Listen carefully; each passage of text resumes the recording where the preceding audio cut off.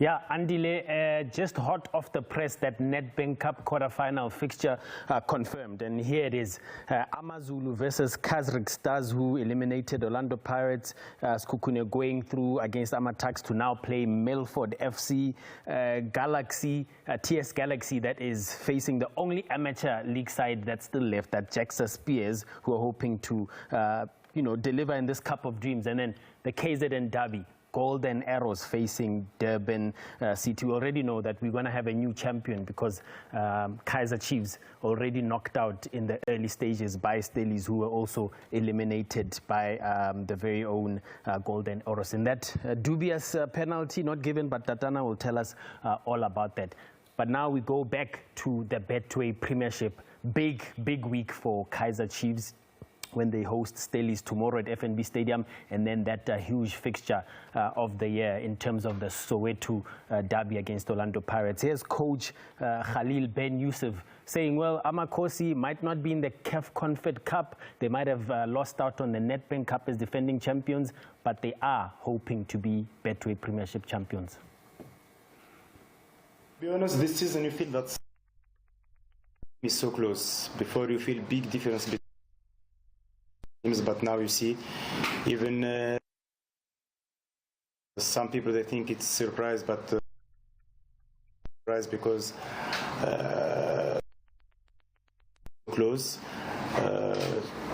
Yeah, apologies with the sound quality there, but I just want to bring on skipper Hlompo Kekana just to get his thoughts on where his head is at in terms of the title race. Khalil Ben Yusuf saying Kaizer Chiefs very much in it. Yeah, they stand a big chance when Mazola, because when you look at the Kaizer Chiefs team, that they're on position 4 rather. They've got 30 points, which is positive when you look at their previous season, which is where they finish on the log. But when you look at the teams that are up above them, which is Mamelodi Sundowns and Skukune United, Skukune United lead Kaizer Chiefs with 2 points, which tells you if they win on Tuesday, they stand a big chance of overtaking them. They even put themselves in the position 3. So that is doable. There's still, 16 games to go. So yeah, there's a lot of positives when you look at the Kaizer Chiefs team. Yeah, no, absolutely. It's a long road there. As the one legendary Pito Musimani once said, May is far.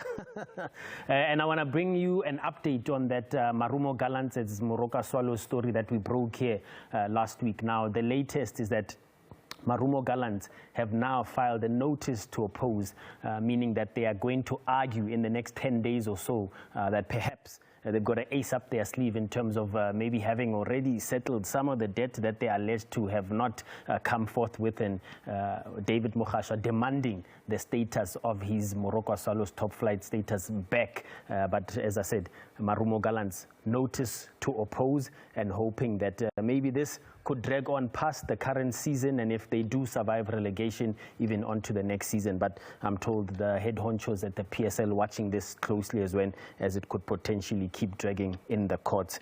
We return now to Betway Premiership action, and just some interesting comments from Coach Manqoba Mngqithi. I spoke to him over the weekend about the KZN teams being forced to develop their own talent pool.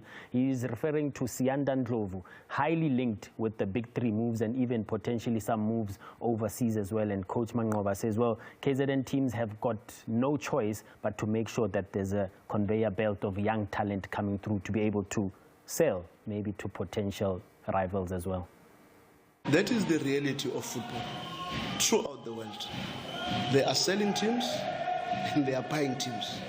And the selling teams must make sure that their pipelines are stronger, to make sure that they always have the next breed, so that we saturate that market. And those who buy will keep buying and buying and buying, and our teams will get richer. And we'll be able not to buy at least 1 or 2 good players here and there and stabilize our teams and make sure that we can start competing. But we cannot stop the thinking that we should develop players in order to sell, so that we balance our books and we are able to reinvest a little bit and see what we can get. Mark Haskins, Sianda Ndlovu, a player that's highly sought after. Should he be staying to make way, as Coach Manqoba says, to keep developing and selling and maybe even having money to buy more established players in KZN region?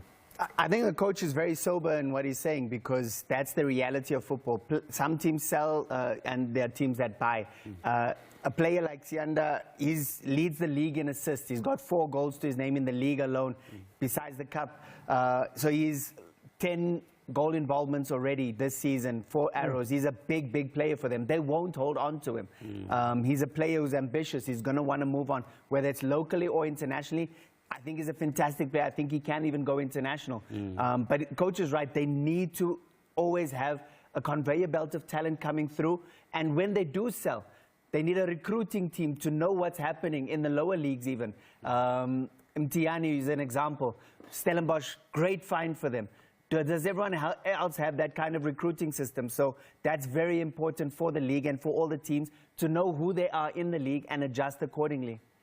Yeah, and just wrapping up, we will have a big story this week around Samir Nukovic as well. He still wants his money. But Andile, that's it from us here, the Sports Desk, and you'll find more information on sabcsport.com.